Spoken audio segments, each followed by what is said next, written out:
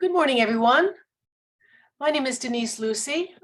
I am a professor of business and organizational studies at the Borowski School of Business at Dominican University of California and the executive director of the Institute for Leadership Studies. And it's my pleasure to welcome you today. Our topic is Business Leadership for Climate Solutions, Opportunities in the Emerging Regenerative Economy. And we are so excited to have you join us today. Our program of the Business Edge Briefing Series is a partnership between Dominican University of California's Institute for Leadership Studies and the North Bay Leadership Council, with whom we've partnered for over a decade. Together, we've welcomed business owners and organizational leaders to share business strategies and techniques for businesses so they can be resilient and competitive in the domestic and global marketplaces. Our goals for these briefings are to ignite innovation, inspire creativity, and increase profits and productivity. Who are the speakers? They're engaging and exceptional business experts who inspire and educate business leaders to survive and thrive through tough economic conditions. And who's the audience? You. You are the audience. You are our community and student leaders who take their time to engage in conversations like this one so we can make positive changes in the world. So we thank you so much for being here. We also want to thank our community partners for the Business Edge Briefing Series. The San Rafael Chamber of Commerce and the CEO Club of Marin have been our partners for the beginning, as well as our on-campus partners that are on the Dominican's campus in our Borowski School of Business. They are the U.S. Commercial Service, which is the leading trade promotion agency of the U.S. government that provides counseling and support by trade professionals to help U.S. companies to export and to increase sales into new global markets. It's a wonderful service right on the Dominican campus. Our other partner, Marin Small Business Development Center, which we call the SBDC. It provides no-cost business advising with experts and assists small businesses with obtaining pandemic funding, HR support, e-commerce and social media setup, pivoting strategies, and more. So in the past year alone, SBDC has helped over 1,300 businesses to start and grow. Thank you so much to our partners for this program.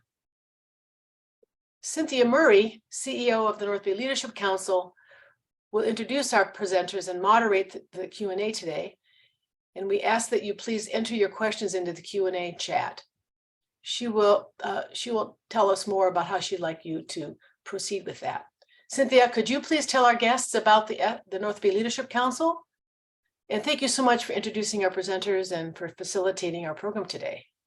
Thank you, my dear partner, Dr. Denise Lucy. It's my pleasure to do the Business Edge briefings with you.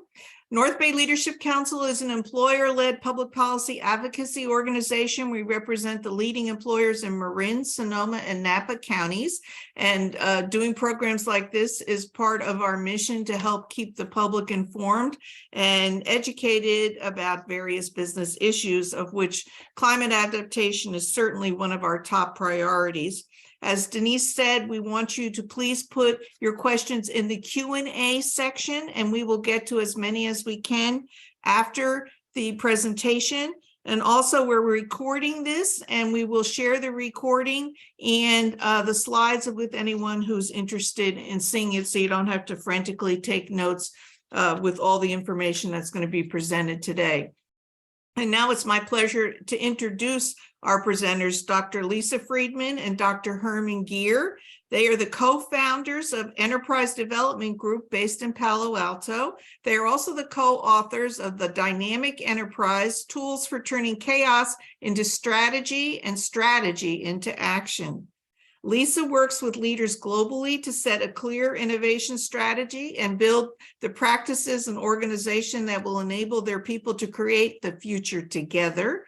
Lisa has worked in the field of sustainability for decades and has led a business and sustainability speaker series at Stanford University. And Lisa now works with companies, investors, and startups to develop high-impact climate solutions. Herman works with companies that are going through times of dramatic disruption. And boy, is that a time we're living in now. many of them underestimating their potential to achieve their highest goals during times of significant discontinuity. Herman works internationally as a speaker and workshop leader on strategic thinking and business transformation in the digital age. And Herman is now most often focused on his work on innovation for climate restoration. Please join me in welcoming Dr. Lisa Friedman and Dr. Herman Geer. Thank you so much, Cynthia. It's wonderful to be here with you. Really wonderful. And we're looking forward to a lively conversation following this presentation. We are aiming the presentation to be somewhat provocative, somewhat mind-altering, mind-opening, and hopefully that will lead to a really dynamic conversation following. So you can see our slides, right? That works. So a little bit of introduction about the kind of work that we've been doing. So you heard a lot about it. It's mostly that we've been looking with people with what are their innovation strategies, and then what are the best practices around innovation? How do they engage all of the people in creating the solutions? And what does it take from leaders to have this future-driven leadership about what we're creating together? We work with companies around the world and organizations, some NGOs, some industry associations, universities. So it's really been a range because anyone can use innovation strategy and practices, and definitely leadership. We write a lot about what we do as we go along, books, articles, and so we are actually at the other end of this beautiful bay of ours. We're in Silicon Valley, and as you can see, really interesting things are happening here. One of the things here is that this is a place, and we count North Bay to this as well. Actually, sort of all of the Northern California sort of space is that we're looking for signals that tell us where the disruptions are, what kind of opportunities are opening up. This is the place the world is looking to have that kind of insight and foresight. And so sometimes people work on innovations just for things that make quick changes or repairs of problems. But there's also times where innovations create a whole new era. So we think about agricultural era to industrial to digital. And that's when everything changes at a very fundamental level, and all industries move across these curves at once, right? So that it's the way we do everything is changing all at once. So just to repeat what I already hinted at earlier, that we are living in a really remarkable sort of geographic space where there's a very special dynamic here that's all about creating the future. Think of the gold rush, think of all the kind of marvelous things that have happened along this coast. And, basically, there's a way that typically we look into creating a possibility for the future. So when you're in one of those transformational times between the eras where you're still working at the top of the old era, because that's where the world is and where everything's working, but you're moving into the pioneering time of a new era, the kind of questions we look at in this blueprint to that, a future and a transformational time, is to first start out with signals. Where is the world going? So we don't just start with our own vision, but where is the world going, whether we go there or not? It's on the move. Who will we become in the world, in this world? And the who's a little bit more than what strategy, what products and offerings. It's really about also what's our core identity in that new emerging space, in that new era. Who do we want to be? What's our territory in that? And then how will we get there? How do we get this group of people to build this future together? So that's what Lisa was just alluding to is, we need to do this together, particularly in a world where things are really disruptive. How do we get together, understand what's coming our way, and step together? And this is actually people talking about what's that, crossing the curve, the blue curve to the red curve on their map, talking about what it's going to take to cross those curves together and having a conversation with the leaders and their team. So back to looking at the question Lisa just started, where's the world going? We are at the, in the middle of COP27, right? So that's in the news every day. And to kind of start this conversation and just how critical it is that we step into this, we wanted to mention what Antonio Guterres said at the opening of COP27. What he said is something quite shocking, right? Humanity is on a highway to climate hell. We are in a fight of our lives and we are losing. And our planet is fast approaching tipping points that will make climate chaos irreversible. So that's the framing that we want to start this conversation with. This is the call to action. right? This is the most dramatic moment in human history.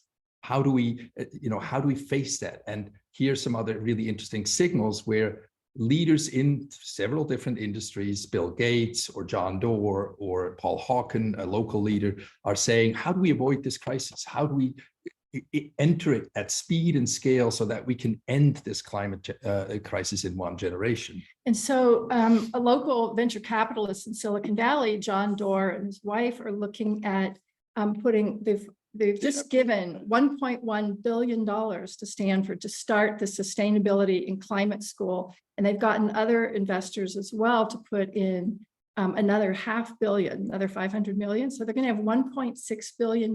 It's the largest donation made to any university anywhere, and it's around climate and sustainability. Similarly, this guy has put up $100 million to orient people to say, what can we do to remove carbon? And we're going to talk about that a little bit more, but it's been an incredibly encouraging kind of asset for people to strive to grab some of that money for really important things. On the other hand, another signal is interesting, that young people are demanding their company have environmental consciousness, that there's more emphasis on social impact, that there's a responsiveness to a changing world. So it's just a mix of really interesting signals that we're seeing. And a really critical one is that things that we used to think are in the future, future problems, are now clearly today's problem, right? Guterres said, we are on a highway to climate hell. We are in it now. So we've seen things coming for a long time, but now we're really starting to experience those consequences. This was, remember that? I remember September back 2 years ago, when the whole Bay Area was completely smoky, but it came from the fires. We're actually closer to where you are, hours away from some of the places where the smoke was felt and the skies were red. Similarly, we're hitting crises with water. So Lake Mead supplies 29 million people. 90% of Las Vegas gets the water from there, much of LA and Southern California and Arizona, but also they get their electric power generated by the dam, by Hoover Dam. So they're at risk for water and for electricity. Florida, a month ago with the hurricanes, I mean, we've seen the pictures of devastation. It's farther away for us, but it's still shocking. A third of Pakistan, a third of the country was underwater from all the rains and storms that they were having. So we're going to talk to you about, stepping into this regenerative era, but we want to dig a little bit more deeply into why are we in this crisis? What are the causes of all that? And then we're going to show you what is the opportunity, what is the call to us about the kind of solutions, the kind of actions that we want to take. So we have a particular kind of lifestyle. It's been, it's comfortable. Millions, billions of people are engaged in that, but it is only possible because of this. Because everything we do, our transportation, our industry, anything we create, all of those things are from those fossil fuels. We go dig underground, we bring them up, we use them for everything, and then we put them up into the air. So we are putting about 162 million tons of this stuff into the atmosphere every 24 hours, just extraordinary amounts of pollution, extraordinary amounts of greenhouse gases. And that has an impact, right? And so what happens is that the sun is shining every day, like that heat is coming to us to Earth every day. And then much of it gets reflected back out into space. But what happens is that as we thicken this greenhouse gas, what that's actually doing is that it's creating this ceiling where that heat cannot go back out. So we actually have 1 trillion tons of the greenhouse gas that's still in that atmosphere, and increasing still every week, so that ceiling is getting thicker and thicker to keep the heat inside. Lisa was just talking about how it's increasing, right? So we continue, because of our particular approach to production and all our lives. We're continuing, of course, to emit these gases, these pollutions, and 60% of them remain in the atmosphere. That's our problem, is we have this legacy load of stuff in the atmosphere, and only 40% can be drawn back down into natural sinks. So by now, as Lisa just pointed out, we have 1 trillion tons of the CO2, which is it's a persistent molecule. It stays up there for hundreds of years, even thousands of years. And no matter what we do on the ground, that we cut the emissions right now completely, we have the weather that we're experiencing, the climate we're experiencing is mostly driven by the reality of what's already sitting up there. It's that ceiling that Lisa just pointed out. So one thing that has happened is that something remarkable has happened. For millions of years, CO2 was between 175 parts per million and 290 parts per million. Every 50,000 years or so, it would go closer to 175 and then back up to close to 300. But in 1950, we broke through that ceiling.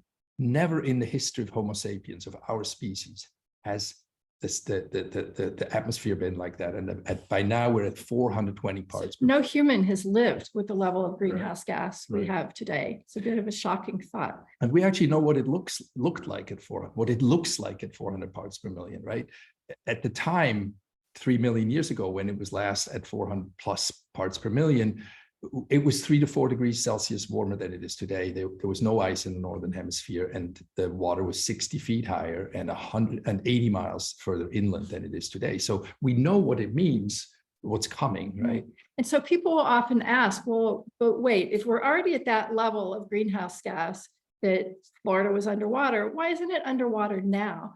And so an explanation from Maureen Ramo, who's at the Columbia University and started their climate school. She said, it's like a frozen lasagna. You set the oven for 350, 425, you set the oven, you put in a frozen lasagna, you come back and look at it after a while, it's still frozen. You look at it a little bit later, not quite as frozen, but you know that it's going to reach the temperature where you've set the thermostat, and you know the lasagna is going to cook. There's a lag. Yeah. So we're in that little lag. That lasagna right now. Meantime, our oven is continuing to heat up further, right? So that's the problem, is we're on this trajectory exactly because of that legacy load up there. So the researchers are telling us where we're going. We know the path that we're on. So the oceans absorb 1/3 of the CO2, right? But what that does in the oceans is there's also effects not just on land, but in the oceans. The carbon dioxide turns into carbonic acid.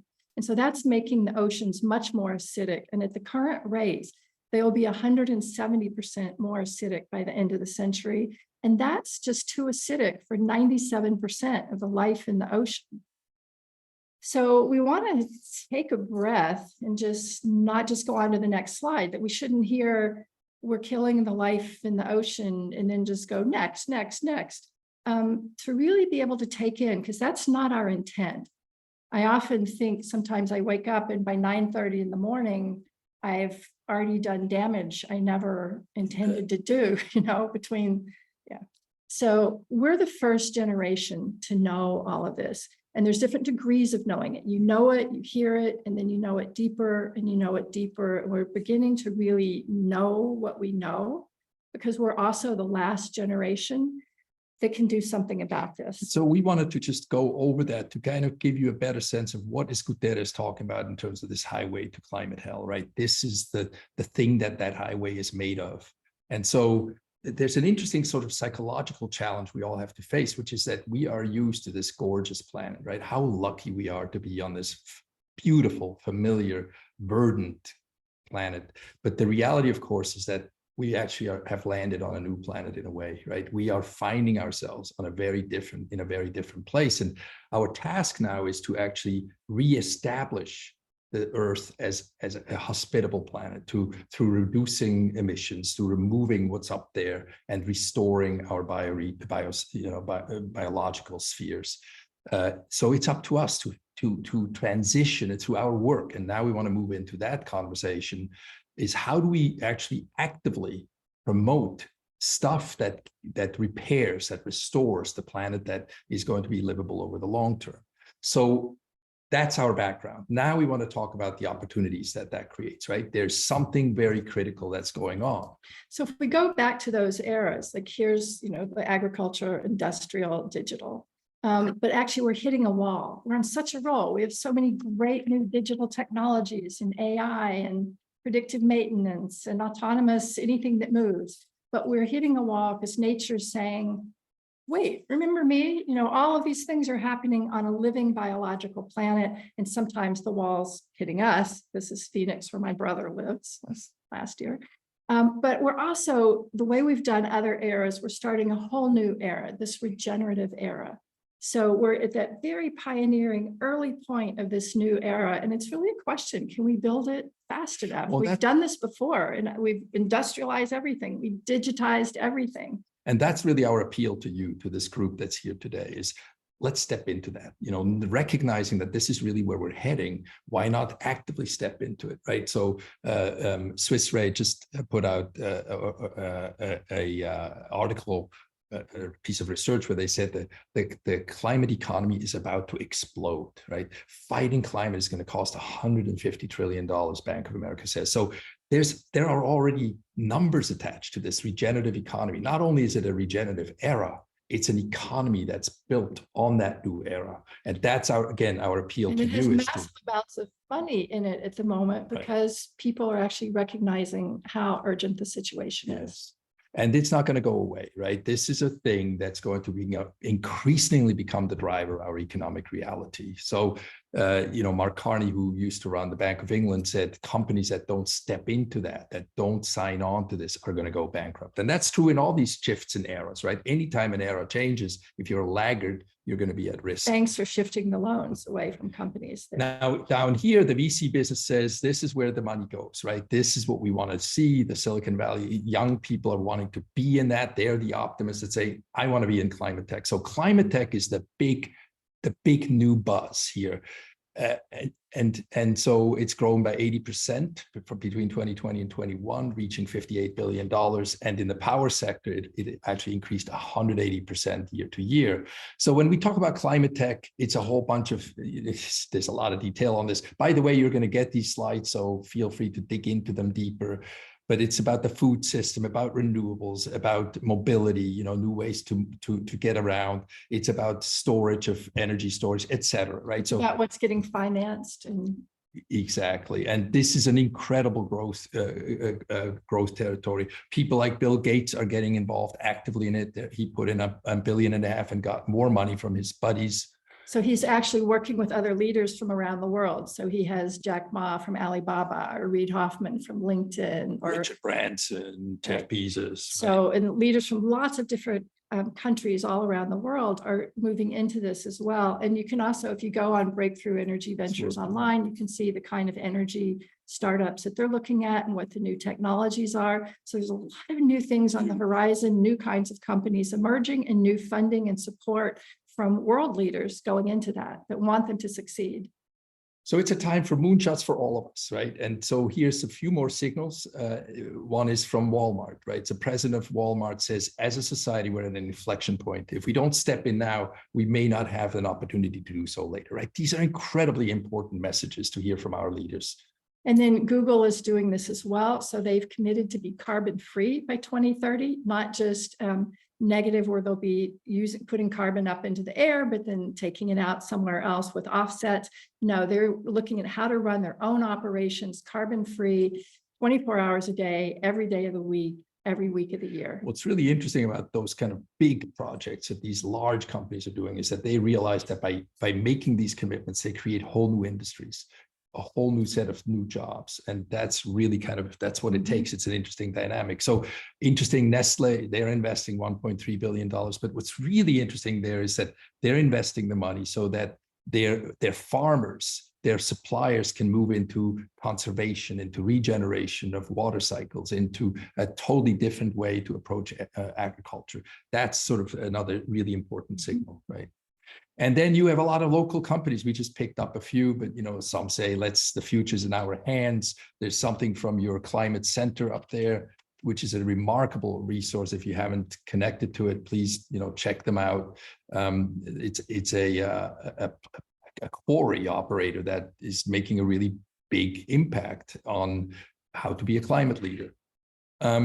So now we want to move into solutions for you, practices that you might want to look at. And we have some handouts. And again, you're going to get these slides so you can work with those. And we're looking forward also to the conversation following this introductory presentation to talk a little bit about what you might want to do. So remember that picture? So that's our task, is how do we renew our planet through our activities? How do we create a community of action around, looking squarely at the reality of what we're facing, but then saying, so what are we going to do? How do we step in? And for that, we'll suggest that you go back to something like this kind of blueprint practice. So again, that blueprint is looking outside, finding out what are the crises, what are the big opportunities, where's the world going? And look at it also locally, like what's happening in Marin, what's happening with the birds, what's happening with the water, what are the kind of, realities locally that are signals of this strange planet that we've created.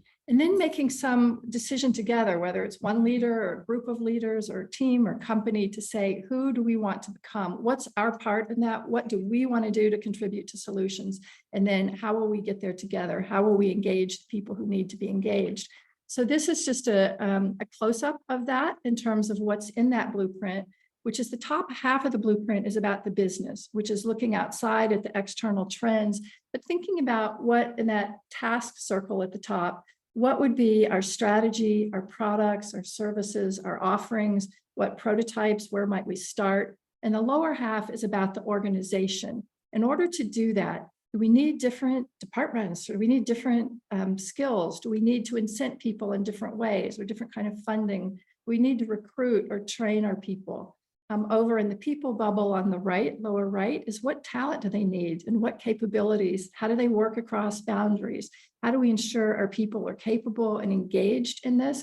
And then in the culture, what's it mean for our identity, our values, our guiding principles? Right? Who are we? And that really informs all of these other circles about, it's kind of like the sun inside that radiates everything else around it and gives it the energy to make it possible. Who are we and what do we stand for?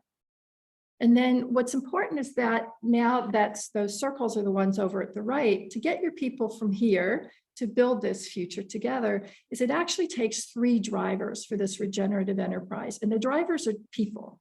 And the first one is leadership. So people look up to see, are the leaders really there?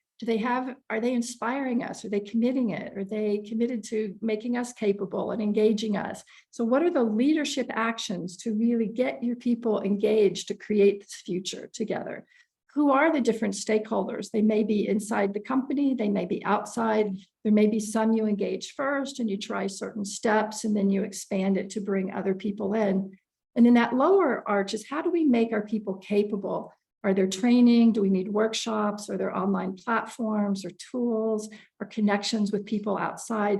That's the capability building, or the courses or the leadership institutes. Are there the collaboration with other leaders? Effectively, right? Yeah, connecting with other people in the other groups around you who are wanting to do something similar. So what does it take from leaders? How do we engage our people and how do we make them capable? So once you have a blueprint like that, and by the way, that's in your handout, it's also again in these slides, feel free to go back over them, but that gives you a chance to now settle on what is our footprint, right? The footprint is, what could we reduce? Where is our emissions? What can we do related to our greenhouse gas emissions? The second is the handprint. What are we going to actively do to take this situation to our hands? What are the highest impact actions that we can take for climate restoration, right? That's the exciting aspect of all this, is to step into it with conviction, with, the kind of capability to draw your people into it, and then together to have a voice for this, right? It changes, Lisa made the point earlier about, it's a shift in identity. Once you grasp that identity, you can speak about it. You can step out, you can join others and say, how do we together engage at a level where we stand for this, where we take, we give it voice.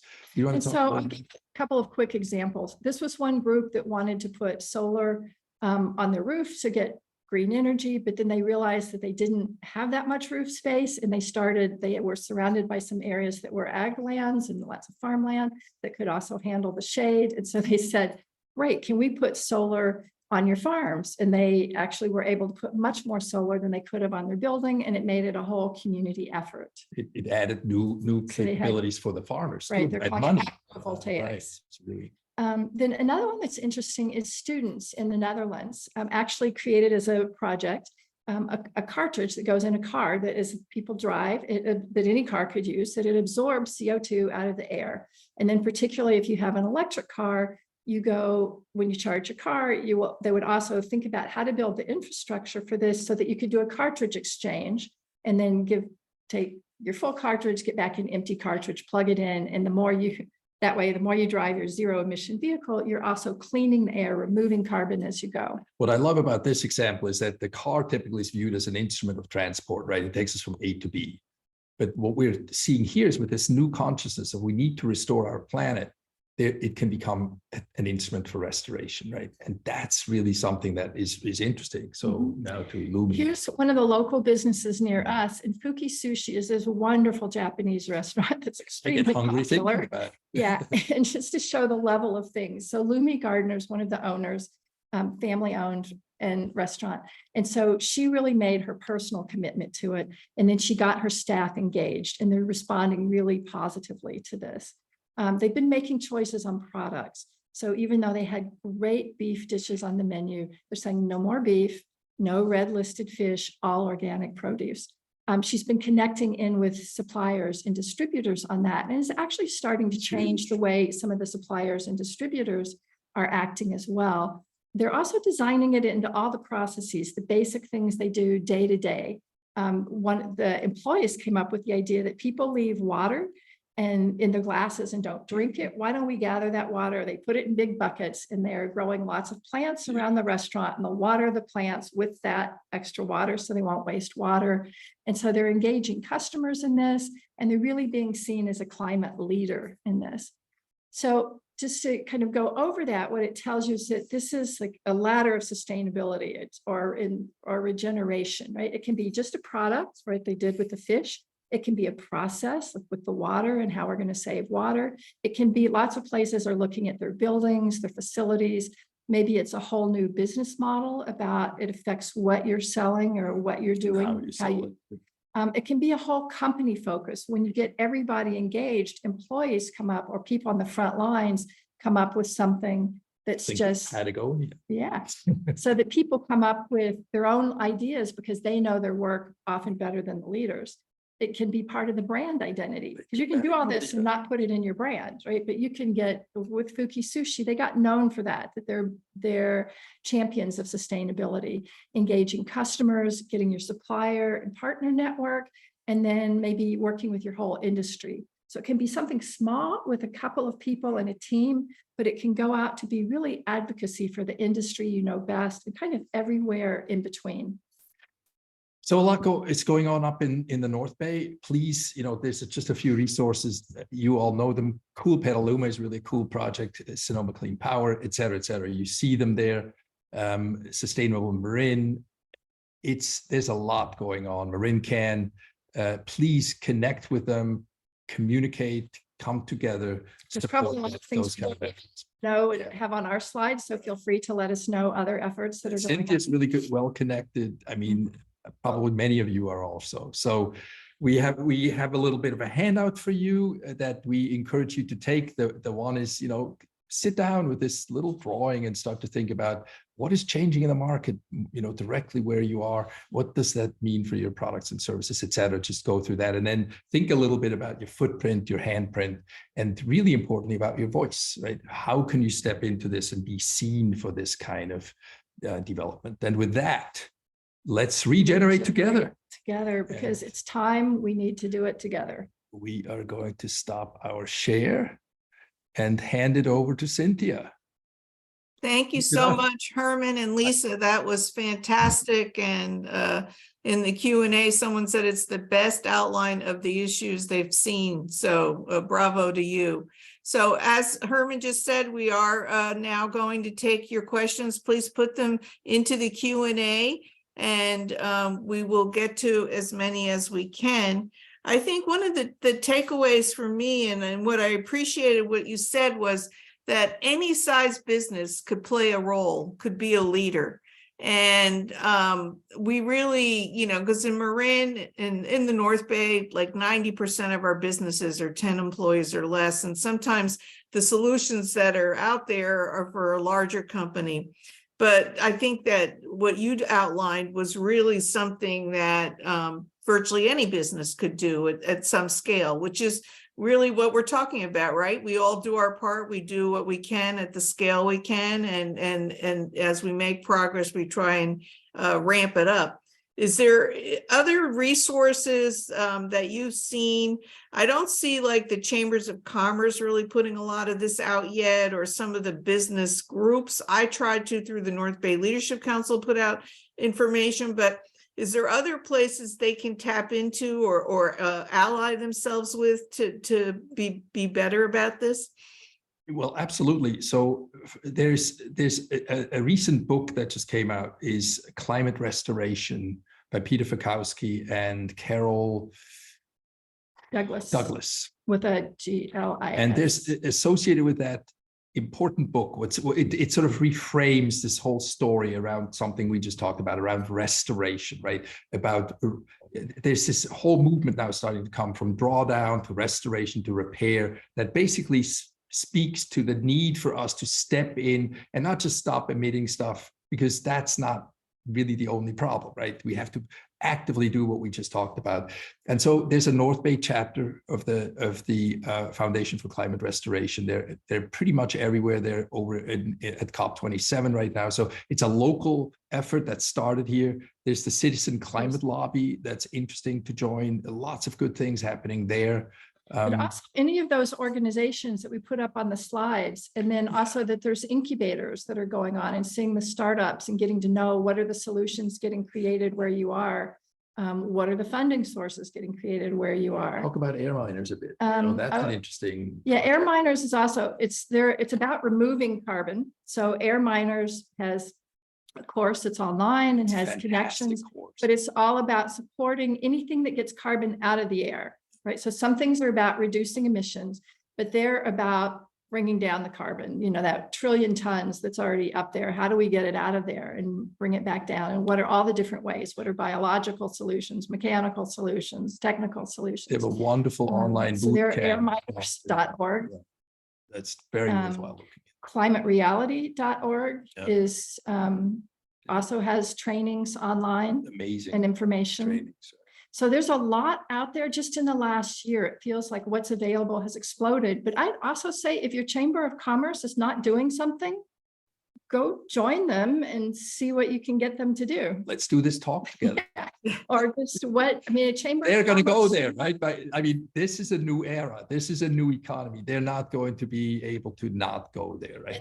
We're all part of the same planet. Developing in this new era. What are the new things that commerce can do and the new opportunities for commerce? Well, I think a big takeaway is that business leaders telling businesses, if you're not doing something, you're going to go bankrupt or you're not going to survive. One of the big questions that seems to be coming up in all the latest convening of climate activists is, how much can we do to change behavior versus solve things technologically? And it sounds like we need to do both, but given how our time is running short and changing behavior is very hard and often not sustainable, do you lean more towards putting more attention investment into the technological solutions? Well, I think there's a range of solutions. And so I think it would go with where's the heart and the passion and the capability of each particular group, so that if it's a group that says is comfortable with the technical solutions and could do things, that's great. But it's needed at every level, right? There's biological, geological, farming, food, anything you can name, your buildings, like a whole list of all the different places to intervene. So to see, John Doerr wrote a book called Speed and Scale is what's needed. So I'd almost look at, where could you make the biggest impact fastest, that your group has the knowledge and the expertise and the passion for? What's the most you can do quickest? And you might start somewhere and say, what would we do at the beginning? We often do in our innovation work, innovate early, innovate often, and then innovate everywhere. Where might you want to start to kind of learn to get familiar with this? Where could you then expand it, and where could then you spread it much more widespread across your organization or industry? I actually really love your question, and my answer is both. So, and this is really where Lisa and I are both really focusing. So the sort of psychological capacity to actually step into this problem is a really interesting challenge, right? That's what we talked about.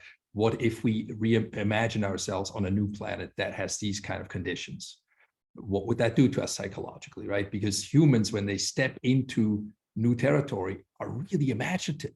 We're filled with capacity to do stuff around things we don't quite yet understand. And we come together, we figure it out together, and we step into it, right? So how do we unleash that in the face of the greatest existential challenge humanity has ever faced, right? Rather than to be kind of held by a system that keeps making it worse. So that's a really interesting set of challenges. We've written about it a bit. We wrote a little thing called Another Planet just the other day, which, if you want to distribute that, feel free to do so if people are interested in that kind of thinking. On the other hand, if once we realize that we're on this planet that is so disturbed and we have to work really hard to bring it back, and it's not enough to just, go solar or have an electric car, but we actually need to do much more aggressive things to cool the planet back down. That opens up the territory of some more radical solutions, right? So we're getting quite involved in some of those. I think we won't be able to avoid them, right? Because it's not getting cooler by itself, right? It doesn't. The trajectory is clear. It's getting hotter. It's going to be hotter next year. As someone said, don't think of this year as the hottest in the last 120 years. Think of it as the coolest in the coming 120 years. That's the reality of what we're facing. So cooling technologies, whether it's on glaciers in the Arctic, it's going to happen. And it's accelerating much faster than we anticipated. The scientists. Things that we thought were going to happen in 60 years are here now. So I've got a few questions I want to try and get to. Let me begin. Chris Yolonis runs VenturePad. He says Marin's only impact accelerator working on climate solutions startups. Marin County just approved its first economic development plan. We are trying to sync the plan with climate action plans, create a new workforce development, create green building codes, etc. The San Rafael Chamber also has a green business committee. What best practices can create a vibrant local green economy in the North Bay? Well, I think any company can look at how can it take what it's doing and find what's the climate solution version of what it's doing. So in the same way Lumi Gardner did it she was in the food business, she would look at how can food make an impact, and also the food that we use, how can we influence suppliers, how can we influence customers. So I think any group could begin to look at its own business. Where are its carbon impacts? How can it change those? How can it reduce its emissions? How can it bring down carbon in any way it can? How can it get its people engaged in seeing, creating and being innovative together, being excited about doing this and finding solutions? So start where you are, start with where your expertise is, and think about what you can do in your own industry or your own kind of business. So let me build on that as well a bit. So first of all, Chris, thank you for doing what you're doing, right? That's fundamental to creating a kind of local green economy, right? Is to have enterprises like yours, because that's what's going to be required. We need these hotspots for regenerative thought, for regenerative innovation, and that. So from that perspective, your impact, the VenturePad, the impact accelerator, is an absolutely critical aspect of what is a fundamental practice that's required. So within that, if I just may add a few more thoughts. What's great about that is once these hubs start happening, innovation happens. So a best practice is how to get people to turn their initial ideas into impactful innovations, right? That means helping them how to pitch the idea, creating a new language about how do we talk about these emerging ideas? How do we get venture capitalists to show up, or people with some initial funding? How do we get business people who are interested in experimenting with some of these ideas that are coming up, engage, where they say, hey, let's try that in my restaurant, or let's try that in my fleet of cars, or whatever it is. So that's what I think are best practices of the kind of ecosystems you're talking about. And again, thank you very much for actually stepping in and creating the possibility for a place like Marin to become a player in that space. And a couple of thoughts about that too are that how do you get people who can take those ideas and make a pitch, to what Herman's saying, but how do you know what's already out there? So it'd be interesting to say, well, what is going on in this lab? do people know, would it be helpful to people in the community or outside to actually know what are those innovations? Even if that specific one doesn't tie to their industry, it might give them an idea for something else. So what are those things what are the signals that are already emerging and the big opportunities? And then it also made me realize how important a university is at a time like this, that's a transformational time, that you're having people who are coming back to get education. You have young people who are looking at their education, and what are whole new areas that they might imagine careers in that they wouldn't have thought about before, even a few years back. Or maybe because that wouldn't even have existed as a career path a few years back. It reminds you of some of the other ecosystem elements that are also critical, like journalists. Do they know what's going on, right? Do they give it voice? Like, do they tell the stories? Law practices or accounting practices that help these startups to actually succeed early on, right? That's what we're seeing here in Silicon Valley. People who are recruiting or who are in charge of training or helping out in companies. So really who are all of those enablers that make people capable.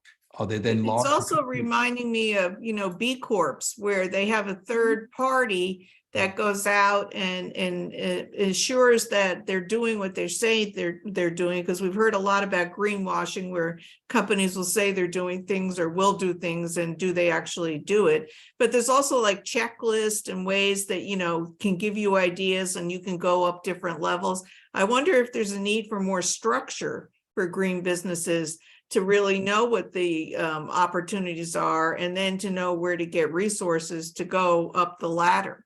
Right. Right. So there are a lot of certification programs. And so sometimes looking at the different certifications almost guide people through, because you can look at that. It's similar to LEED certification, or there's some green business certifications. So one thing that it seems quite apparent, and we saw it through the recent election results, was that the youth are really stepping up. And we saw with like recycling, it really was a generational shift, and the young people drove the parents to make the changes and really adopted it and embraced it. And I'm wondering what you think about, is that where we might get more traction, is that our youth is going to really say, this is our planet, we want to live in a planet that's healthy, and we're going to lead on this now, and help drive and make the changes that maybe the baby boomers and other generations just weren't ready to embrace. Well, it makes sense, because they're going to live in the consequences of what we've already done without really realizing what we were doing. They're going to be living in these years longer, right? Just statistically, but also I think it does take everyone. So it takes the people who can coach them, mentor them, fund them, teach them. So I think it's right now taking all generations working together, but it's wonderful if you have young people engaged. I can think about when I was in university and I lived in a dorm that was called Eco House, and we decided to take over our food service, and we ran the food service, and then even other people would come to eat there, and we'd go shop for organic food on our bicycles, and had students prepare the meals.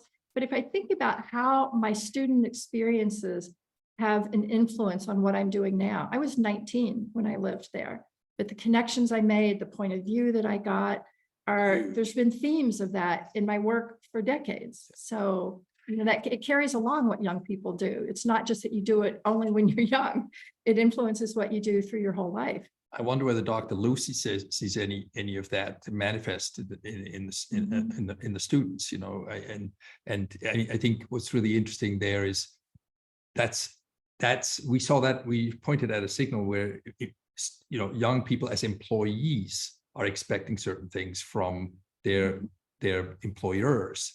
What do young students expect from their universities, right? And are we adapting adequately? Are we adjusting adequately to those interests, to those requirements? And I think we better, right? I mean, this is our best hope given what we're looking at. So.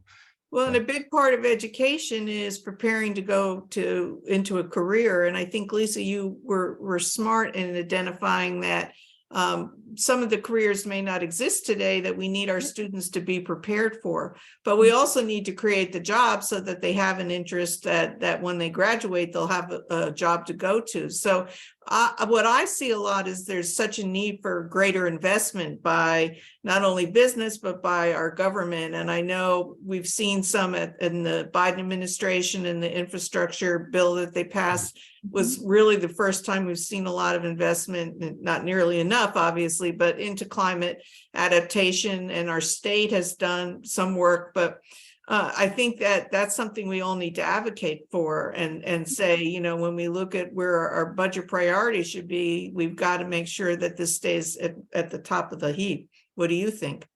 Yeah.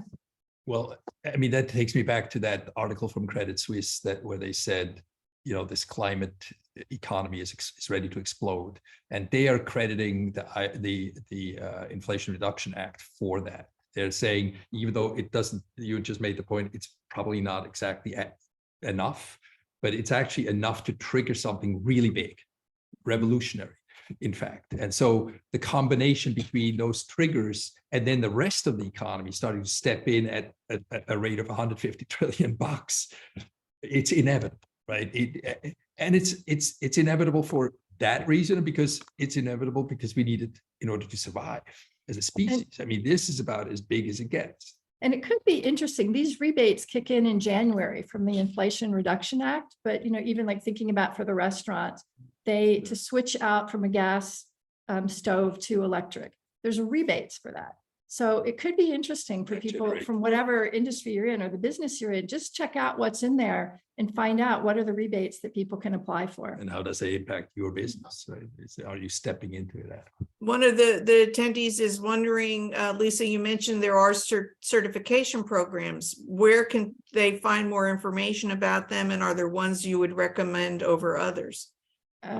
Good question. I'm not actually the expert now on certification. Years back, I did work with Climate Neutral Network that did a lot of work around Marin County, and then I think now it's based up in Oregon. But I don't know if they're still doing their certification. So they're industry specific. We could check that out. Like in the building industry, where right. So building has had involved. Well, and also the Green Building Council.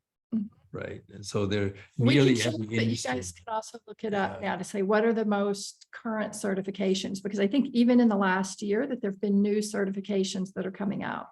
That would be great if you could get us some information, and then we'll share it with everyone who is on. It too. And again, other than certifications, that 6-week program with air miners, it's a boot camp, is absolutely extraordinary. You'll meet amazing people, and it's a beautiful program where you really learn everything you need to know about carbon drawdown, climate reality leadership training.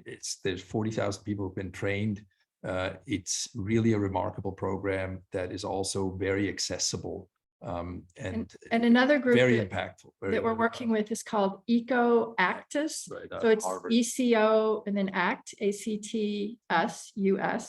ACTS.org. Also has training online, because what I was thinking with the certifications is they're helpful because they give you all the little bullet points of things to look at, but these courses are also doing that as well. So we're going to also try to convince Denise Lucy to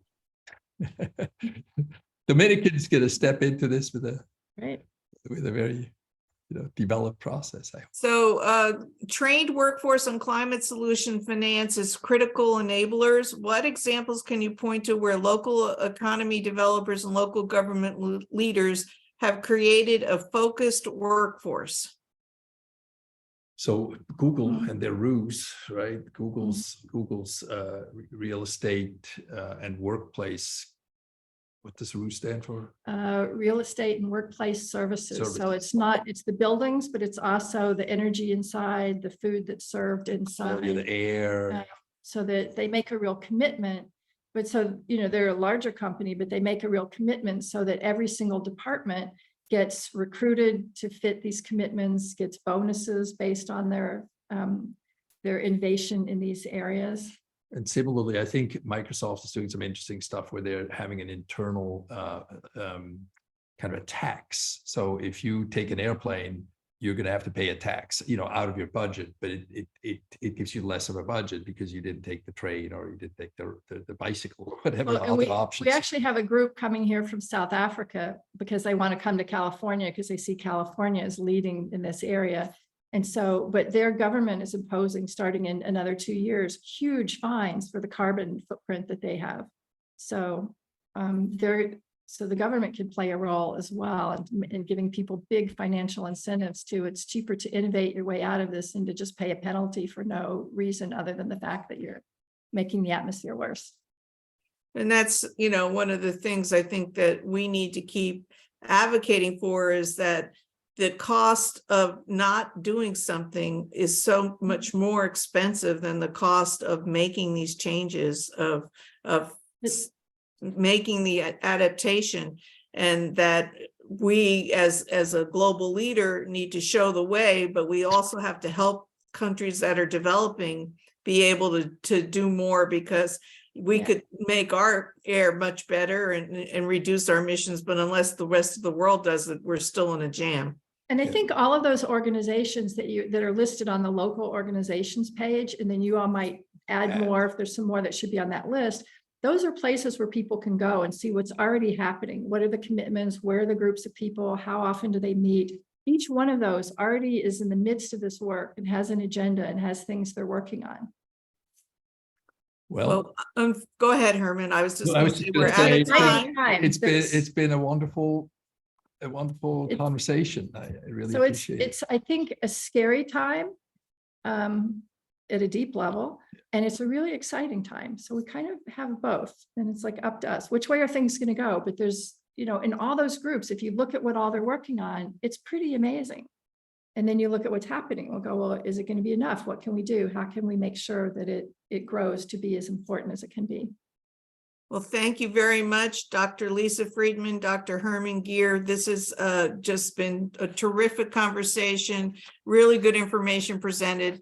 And I agree that we have to have hope, because we have the ability to solve this. We can do it, and it's up to us to make that choice. And let's hope that we make better choices. And it's been tremendous to have you with us here today. Thank you so much. Great to be here. Really appreciate it. So thank you for attending today. We really appreciate you joining us. We do want to note that my partner, Dr. Denise Lucy, and I will continue our Business Edge breakfast briefings next semester. So please stay aware that you'll be seeing some information coming about these upcoming programs. And in the meantime, we have at Dominican the upcoming Leadership Lecture Series presented by Dominican in partnership with Book Passage, which will be on November 30th, an in-person event at 7 p.m. with Patty Smith. And you can purchase tickets at dominican.extendedsession.com. And hope that you will be able to join us there too. We really appreciate you being here today. Thank you again to our terrific speakers, Dr. Lisa Friedman and Dr. Herman Geer. And if you want a copy of the recording or the slides, please let us know. We'd be happy to share them, and some of the articles that they referenced today. Thank you very much for being here today.